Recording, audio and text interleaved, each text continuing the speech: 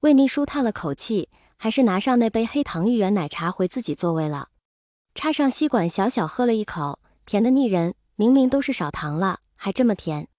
魏秘书皱着眉头，把奶茶推到一边，继续工作了。蓝副总去开会时出门挺晚的，按理应该开完会直接回家了。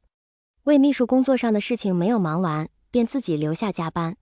他也没想去楼下餐厅吃饭，想着还剩了大半杯奶茶，还有罗清扬给的甜点，随便应付一顿好了，还可以节约点时间。正埋头认真工作着，办公室却响起了脚步声。魏无羡一抬头，对上了一个淡色的眸子。蓝副总，怎么回来了？魏无羡赶紧站起身，一看墙上的时钟，都已经快9点了。回来看看。蓝忘机目光落在魏无羡桌上的奶茶和甜点上，眉头微微皱了起来。因为忙着工作，魏无羡还没来得及吃。不过最大的原因还是嫌味道太甜太腻了。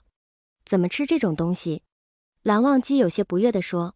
顺便买的，魏无羡回答，不过也不好喝，下次不买了。跟着蓝忘机喝惯了不加糖的咖啡，味觉已经不再适应这些甜甜腻腻的东西。还没吃饭吧？蓝忘机面色终于缓和了，声音也低沉温柔。没事，少吃一顿没关系的。魏无羡赶紧说，其实他准备加完班回去煮个泡面吃，但想着更不健康，便没敢说。要好好吃饭。蓝忘机说着，将手里提着的保温盒放在魏无羡桌上。刚刚蓝忘机站在办公桌的另一边，魏无羡都没发现他手上提着东西。这是？魏无羡打开保温盒，发现盒子虽小，但米饭、各色菜式都一应俱全，底部还是一个小碗，里面是香喷喷的莲藕排骨汤。哇！魏无羡忍不住惊叹一声，闻着正经食物的香味，食欲又回来了。谢谢蓝副总。慢慢吃。蓝忘机拉了一个椅子，坐到一旁，随手拿起一本书看了起来。蓝副总不回家吗？魏无羡忍不住问道。等魏秘书一起。蓝忘机头也没抬，不给魏无羡拒绝的机会。可以坐顺风车吗？魏无羡嘴里吃着蓝副总带来的饭菜，心里还想着坐蓝副总的车。蓝忘机微微点头，今晚住我那里。哦。魏无羡笑嘻嘻地应了一声，又可以蹭蓝副总家的暖气了。总是这样占蓝副总的便宜好吗？魏无羡啃着排骨思绪又飞到了别的地方。他悄悄抬眼瞄了一眼正在认真看书的蓝忘机，心底一阵比奶茶还甜的情绪荡漾开来。魏秘书，今天不用加班吧？临近下班，罗清扬凑到魏无羡电脑前看了看。蓝副总还在开会，应该不会加班。魏无羡看了下时间，这会开得可真长。那就好，我约了朋友一起吃饭呢。罗清扬听魏无羡这样说，放心的回自己座位了。下班了，蓝忘机还有回来？蓝副总还没回来哎。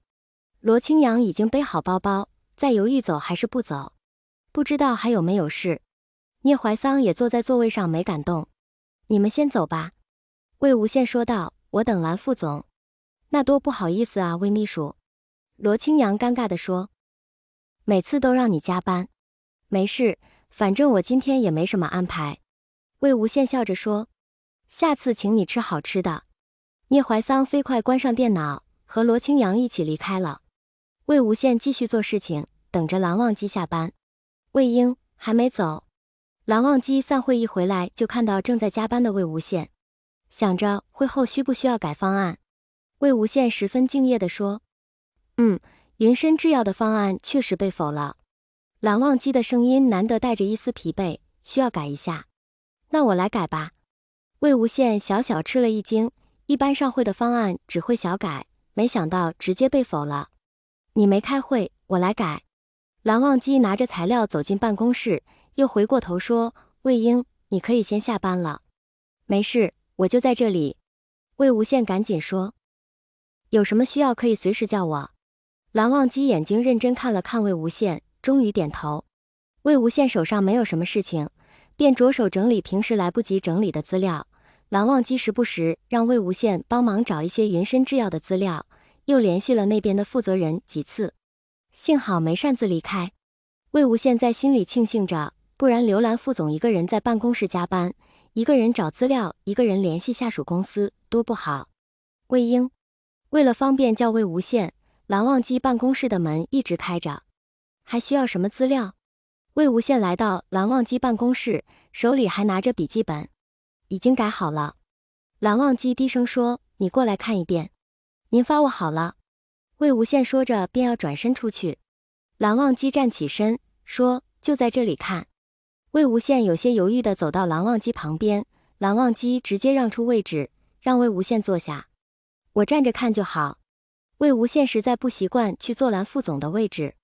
蓝忘机直接把手放在魏无羡肩膀，将人按在座位上。